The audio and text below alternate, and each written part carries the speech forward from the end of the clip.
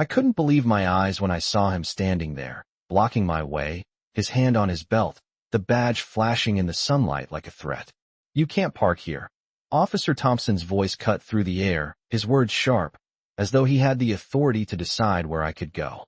"Excuse me," I said, keeping my calm, though his tone made my stomach drop.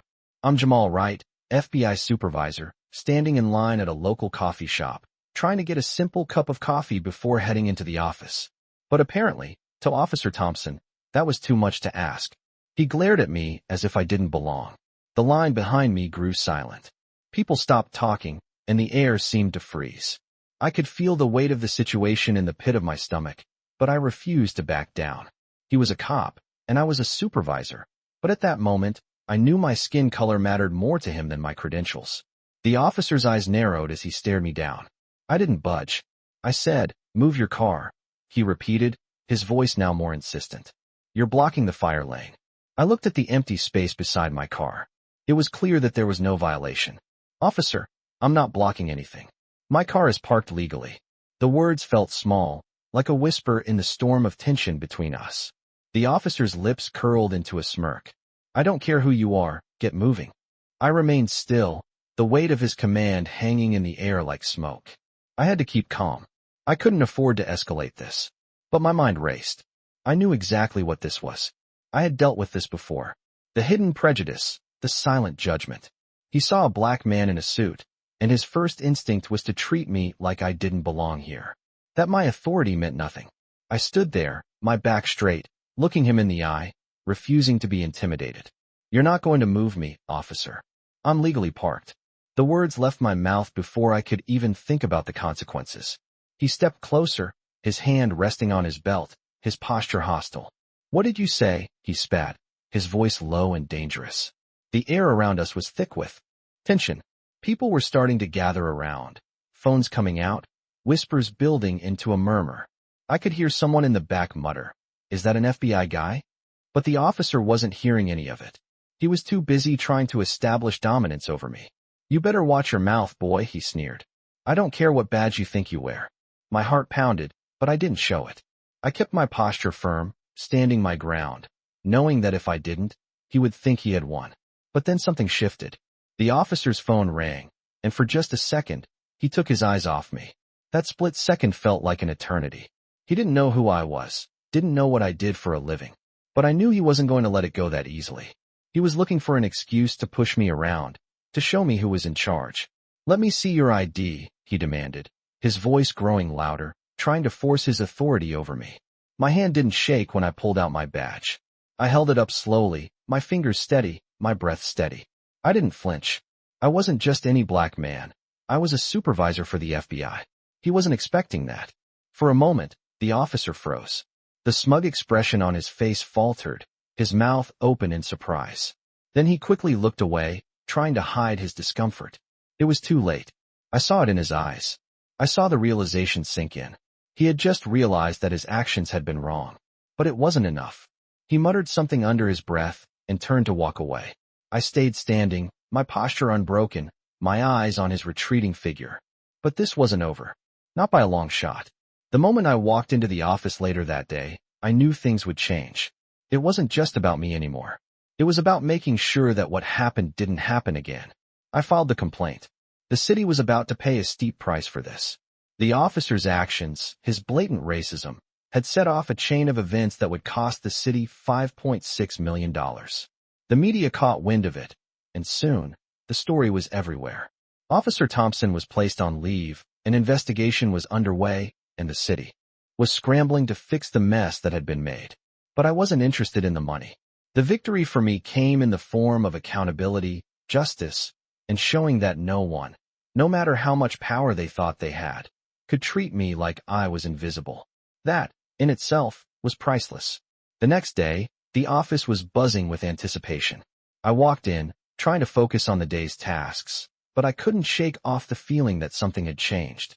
The air was different, and the conversations around me felt heavier, more serious. Everyone was talking about the incident at the coffee shop. It had gone viral. People were sharing videos, news outlets were picking up the story, and soon, the city was on edge. I didn't expect the attention it had garnered. But it wasn't the attention I cared about. It was the accountability. I had made sure that no one could ignore what had happened. The city had no choice but to take action. Officer Thompson had made a huge mistake, and it wasn't going to be swept under the rug. As the day wore on, my phone buzzed nonstop.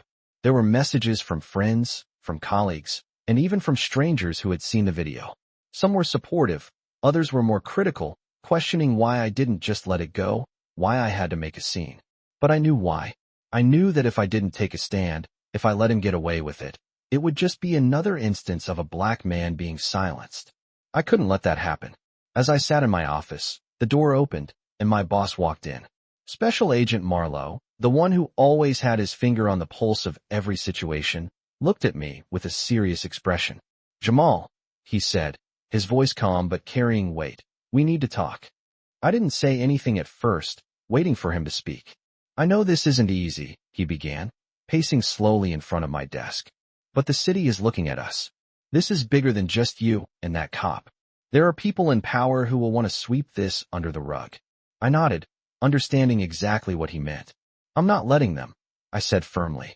"I'm not going to let them erase what happened."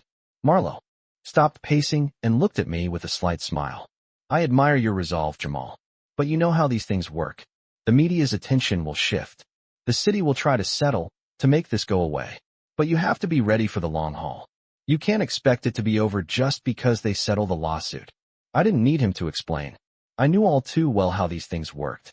It wasn't just about money. It was about principle. It was about showing that no one, not even a police officer, could get away with treating people like that. "I understand," I replied. "But I'm not backing down." As the days passed, I stayed focused on my work, but the weight of the case never left me. The investigation was underway, and it seemed like every time I turned on the news, there was another report about the incident. The pressure was building, and it wasn't just about me anymore. It was about every black person who had ever been mistreated, every person who had ever been unjustly targeted. Officer Thompson was no longer just a rogue cop. He had become a symbol of something much bigger, a reflection of the systemic racism that still plagued this country. As the lawsuit progressed, I found myself facing more challenges. The legal team, while supportive, couldn't shield me from the stress of the situation. I had to prepare for the court hearings, for the media circus that came with it, and for the constant questions that were being thrown my way. It wasn't easy, but I knew it was necessary. Finally, the day came when the settlement was announced. The city had agreed to pay $5.6 million as part of the agreement, but it wasn't just about the money. The most important part was that they had acknowledged what had happened. They had taken responsibility for the actions of one of their own. Officer Thompson had been placed on leave, pending an investigation into his conduct. The city had issued a public apology, and the police department had promised to implement new training programs to address racial bias. It was a win, but not the kind I had expected. As I walked out of the courthouse, the weight of everything hit me. The city was paying a steep price, but it was more than just financial. The real victory was that, for once, someone had stood up, and the world had listened. For once, the system had been forced to change. And that, I knew, was just the beginning. The days following the settlement were a blur. Life at work returned to its usual rhythm, but I felt the weight of the case still hanging over me, like an invisible force that had shifted everything. The city had paid its price, but for some reason, it didn't feel like a victory. It felt more like a wake-up call. I couldn't shake the thought that this case, this moment, had made a ripple, perhaps even a wave, that wouldn't stop with me. As I sat in my office, my phone rang. I didn't recognize the number, but something told me it was important. "Mr. Wright." The voice on the other end was unfamiliar, but calm. "This is Deputy Chief Lawson from the police department. I wanted to personally thank you for standing up." My mind raced as I listened, trying to understand where this conversation was headed. "You've done something no one else has been able to do," Lawson continued. "You've forced us to face our shortcomings." I leaned back in my chair, unsure whether to take him seriously. "I didn't do this for thanks," I replied, my voice steady but cold. "I did it because it was the right thing to do." There was a pause on the other end. "Of course," he said. "But sometimes doing the right thing doesn't get enough recognition. We want to make it right." His words were odd, almost rehearsed. "We're offering you a position on a task force we're creating to address racial bias in policing." I froze for a moment. A position? In the police department? The same department whose officer had disrespected me, humiliated me in front of strangers? I couldn't believe what I was hearing. You want me to work with you? I asked, my voice tinged with disbelief. Yes, Lawson said, his tone more urgent now. We've made changes, Jamal. We're bringing in external voices, and you're one of the few people who can truly help us make a difference. I didn't respond right away. Part of me wanted to hang up, to refuse him outright. I'd been through too much, and now they were asking for my help, for my expertise, when they were the ones who had created the problem in the first place. But another part of me saw an opportunity. If I joined, maybe I could push for real change from the inside. Maybe my experience could be the catalyst that sparked something bigger. I'll think about it, I said finally. Lawson thanked me and ended the call, leaving me with 1,000 thoughts racing through my mind. The decision weighed heavily on me. On one hand, I could continue doing my job as an FBI supervisor, living my life without getting involved in any more of the chaos that the system was always throwing my way. But on the other hand, if I took the task force position, I could work to dismantle the very thing that had caused me so much pain, systemic racism in law enforcement. I spent the next few days talking to people I trusted, seeking advice, trying to make sense of what had happened and where I was supposed to go from here. Some encouraged me to take the position, to be the change that so many people needed. Others, however, warned me that I would be walking into a lion's den. The more I thought about it, the more I realized that I had already made a difference. The city had paid, Officer Thompson was being investigated, and a small change had begun to ripple through the police department. But this could be bigger. This could be the opportunity to make sure that what happened to me would never happen again to anyone else. I stood in front of my mirror one evening, looking at myself, wondering if I was strong enough to handle what was coming. I had already been tested, more than most people could imagine. But the question wasn't about strength anymore. It was about purpose. What was I meant to do with this newfound power, this responsibility that seemed to be thrust upon me? Finally, I made my decision. The next morning, I called Deputy Chief Lawson back and accepted the offer. I wasn't just going to sit back and wait for the world to change. I was going to change it myself, one step at a time. The first day on the task force was unlike anything I had expected. As I walked into the conference room, I couldn't help but notice the stark contrast between myself and the other members of the team. Most of them were white, dressed in suits, and their expressions were unreadable, some of them even a little wary. It was clear that they had never worked with someone like me before. The task force was formed to address racial bias in policing, a monumental task that had already been attempted many times before, but never quite successfully.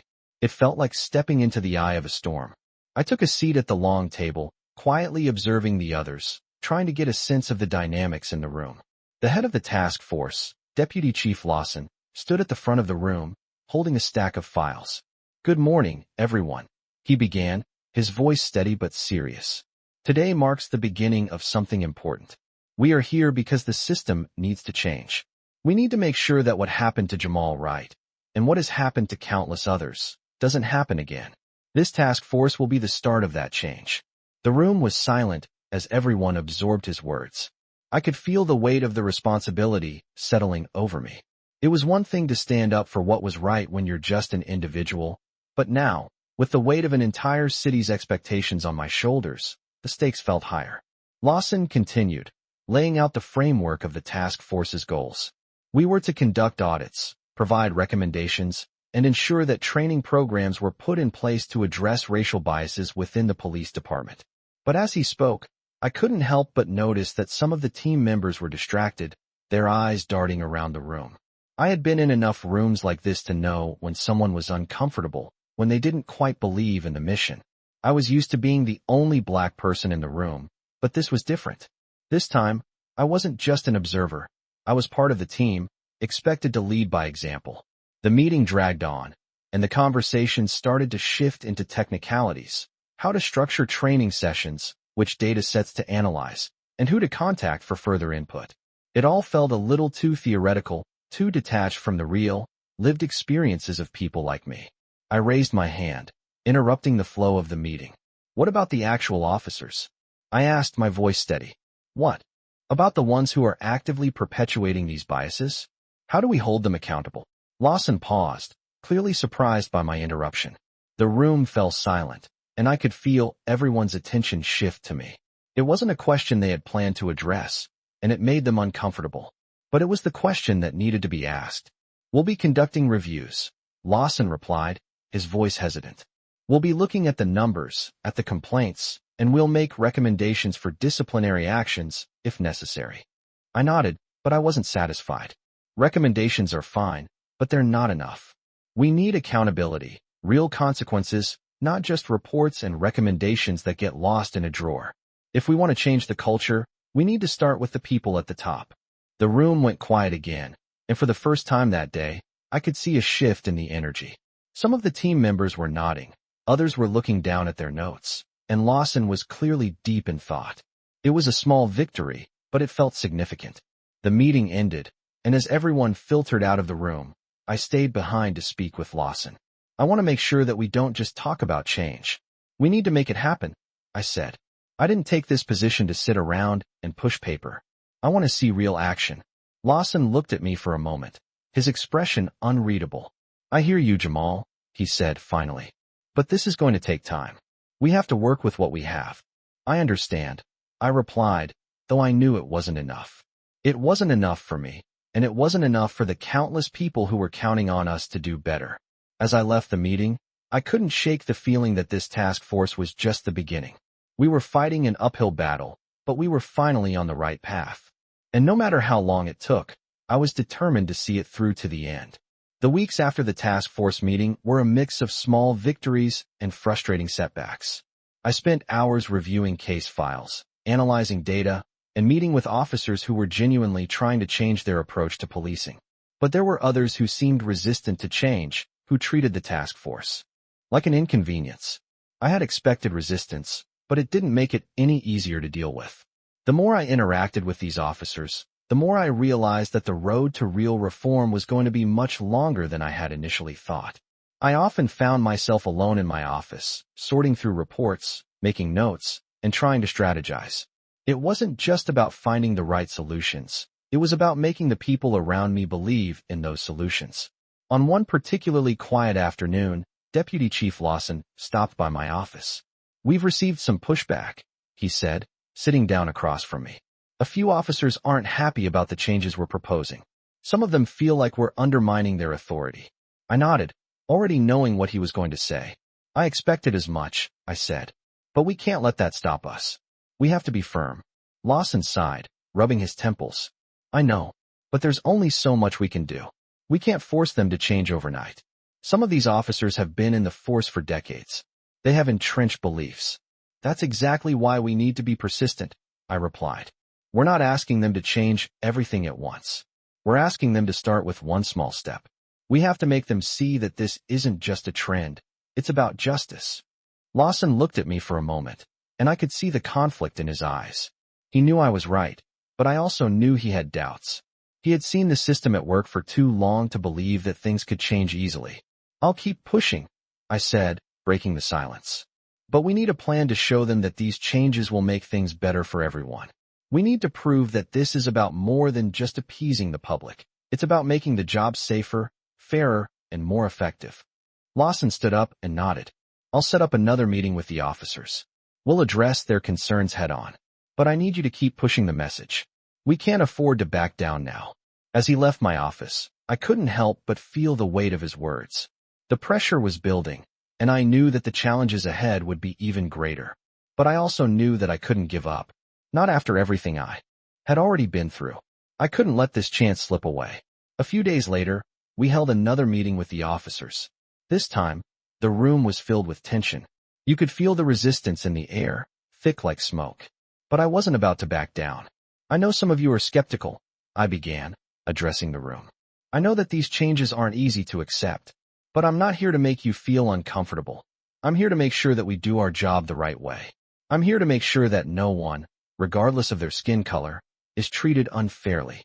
If we don't address this now, we'll only be creating a more dangerous environment for ourselves and the communities we serve."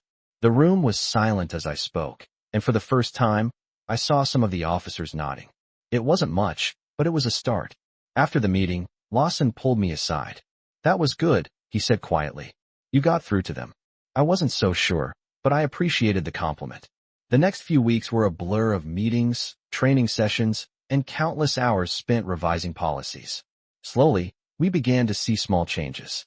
Some officers started to embrace the new training programs. Others, still hesitant, began asking questions. It wasn't perfect, but it was progress. One afternoon, as I sat at my desk reviewing some reports, my phone rang. It was Lawson again. "Jamal," he said, his voice tight with urgency. "We've got a situation. I need you to come down here." My heart dropped. "What happened?" I asked, standing up. "Just get here as fast as you can," he replied, the line going dead before I could say another word. My mind raced as I grabbed my jacket and headed out of the office. I didn't know what was waiting for me, but I knew that whatever it was, it could change everything. I arrived at the police station in record time, my pulse quickening with every step I took. Lawson was waiting outside, his face drawn. "We've had an incident," he said, motioning for me to follow him. As we walked into the back room, I could feel the tension in the air. The officers were gathered around, their expressions unreadable. "What's going on?" I asked, my voice steady despite the storm of thoughts in my head. Lawson hesitated, then gestured toward the table. On it lay a stack of documents, evidence from a recent case. As I glanced at them, my heart sank. "What is this?" I asked, my voice barely above a whisper. The case details were familiar, too familiar. It was a case of racial profiling, something we had worked so hard to prevent. But the worst part was the officer involved. It was someone I had personally trained, someone who had promised to do better. "This isn't just about one officer," Lawson said quietly. "This is about everything we've worked for." I stared at the papers in front of me, the weight of the situation settling in. I had thought we were making progress, but now, I wasn't so sure. As I stared at the stack of documents on the table, I could feel the weight of the moment. The case in front of me was undeniable. Racial profiling, again. And this time, it was one of our own. Officer Daniels. He was one of the officers who had gone through the new training programs. He had promised to do better, to change his ways. Yet here he was, involved in a case that contradicted everything we had worked for. I felt a sharp pang in my chest as I went through the details. It wasn't just about the profiling. It was about the broken promises, the trust that had been shattered. How could I have missed this? How could I have trusted him, thinking that one training session would be enough to change years of ingrained behavior? Lawson stood beside me, his face grim as he waited for me to process the information. "I need to talk to him," I said, my voice steady but low. Lawson nodded and led me to the interrogation room, where Officer Daniels was sitting, his hands folded in front of him. His posture was stiff, and there was an air of defensiveness around him. As I walked in, he looked up, his expression unreadable. "Officer Daniels," I began, my voice firm. "Do you know why you're here?" He swallowed hard, his eyes darting to the floor. "Yes, sir," he said, his voice barely above a whisper. "I know what this is about." I took a seat across from him, my gaze never leaving his. "Then you know that what you've done is unacceptable. You violated the trust we placed in you. You violated the principles we've worked so hard to establish." Daniels didn't respond, but his hands clenched into fists, betraying his nervousness. "What happened?" I asked, trying to keep my tone calm, though inside, I was seething. "I didn't mean for it to go this far," he said, his voice shaking slightly. "I was just doing my job. I didn't see it as profiling at the time. But I see now. I see now that I made a mistake." His words hung in the air, but I wasn't sure I believed him. It felt rehearsed, like he was trying to justify his actions. "A mistake," I repeated. "This isn't a mistake, Officer Daniels. This is a pattern of behavior that goes against everything we stand for." I paused, letting the words sink in. "Do you understand that? Do you understand what this means for you and for the department?" Daniels nodded slowly, but there was no real conviction in his eyes. He was still defensive, still trying to justify his actions. "I can't change what happened," he said finally. "But I can learn from it. I can do better." I shook my head. Learning from this means more than just saying the right words. It means facing the consequences of your actions and understanding that your behavior affects the lives of others. I stood up, pushing the chair back. "We've worked too hard to let this slip through the cracks. I'm not letting you off easy. You'll be suspended pending the investigation, and we'll see what happens next." Daniels didn't argue. He just sat there, his head bowed. As I walked out of the room, I couldn't shake the feeling that this wasn't the end of it. I had always known that change wasn't going to be easy, but I hadn't expected it to be this hard, this personal. The more I thought about it, the more I realized that the real challenge wasn't in changing the policies or training programs. The real challenge was changing the hearts and minds of the people who had been in the system for so long, the ones who didn't believe that change was necessary, the ones who saw it as a threat rather than a necessity. And in some ways, I realized I was fighting a battle on two fronts, against the system and against the very people who were supposed to help change it. Later that afternoon, Lawson and I sat down to discuss the next steps. He looked at me with a mix of concern and determination. "This isn't going to be easy," he said, his voice heavy with the weight of the situation. "We have to be prepared for more resistance. Daniels is just the beginning." I nodded, feeling the pressure mount. "I know, but we can't give up. We can't let them continue to make these mistakes without facing the consequences. If we do, then all this work, all this progress, will be for nothing." Lawson didn't respond right away, but I could tell he understood. He had been in the system for a long time, and he knew how difficult it was to make real change. But for the first time, I felt like we were on the right track. We were starting to make a dent, to break down the walls that had been built up over the years. It wouldn't be easy, but I knew we had to keep going. We had to keep pushing, no matter what. And no matter how many Daniels we had to confront along the way. It had been weeks since Officer Daniels had been suspended, but the weight of that moment still hung heavy in the air. The team had been working tirelessly on the reform measures, but the shadow of that failed trust loomed over everything. Each day seemed like a step forward, yet there were always reminders that change, real change, was a long and arduous road. I was sitting at my desk one afternoon, looking over reports, when I heard a knock at the door. It was Deputy Chief Lawson, looking more tired than usual. "We need to talk," he said, stepping into the room and closing the door behind him. I nodded, pushing aside the paperwork in front of me. "What's going on?" I asked, sensing the urgency in his voice. "It's Daniels," Lawson said, his tone low. "He's not taking this suspension well. He's been making calls, reaching out to people in the department. And he's not alone. There are others who are starting to question the changes we're trying to make." I leaned back in my chair, absorbing the information. This wasn't unexpected, but it still felt like a punch in the gut. "So what are we doing about it?" I asked, my voice steady despite the rising frustration inside me. "We need to be prepared for more resistance," Lawson continued. "Some of these officers, they don't believe in what we're doing. They don't think the changes are necessary. They think we're just appeasing the public, that we're being forced into making changes that we don't need." I sighed, rubbing my eyes. I knew it wasn't going to be easy, but this feels like we're back at square one. Lawson nodded.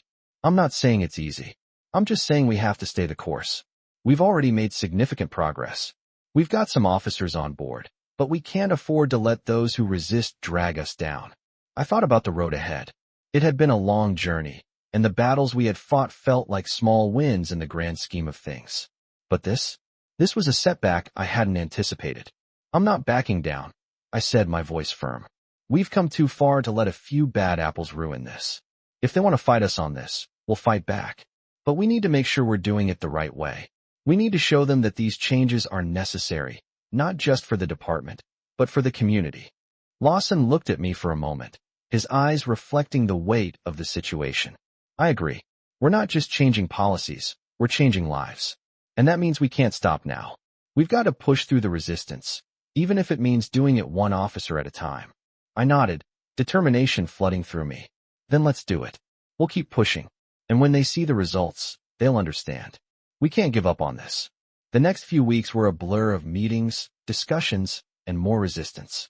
But slowly, we started to see the shift. Officers who had initially been skeptical began to come around, recognizing the need for change. It wasn't easy, and it wasn't quick, but the momentum was building. One afternoon, Lawson and I sat in his office, discussing the next steps when I received a call from an unknown number. I hesitated for a moment, but then answered. "Hello," I said, wondering who it could be. "Mr. Wright," the voice on the other end asked. "This is Captain Harris. I just wanted to let you know that. I've been watching what you're doing, and I have to say, I'm impressed." My heart skipped a beat. I had heard of Captain Harris before. He was known for being one of the more progressive officers in the department, but I hadn't expected a call from him. Thank you, Captain, I replied, trying to keep my voice steady. I appreciate that. I know things have been tough, but I think you're doing the right thing, Harris continued. I've seen the changes firsthand in my unit, and I can tell you, it's making a difference. I want to offer my support. I want to help. I was taken aback by his words. This was the kind of support we needed, but I hadn't expected it to come from someone so high up in the department. That means a lot, Captain, I said, feeling a sense of hope rise within me.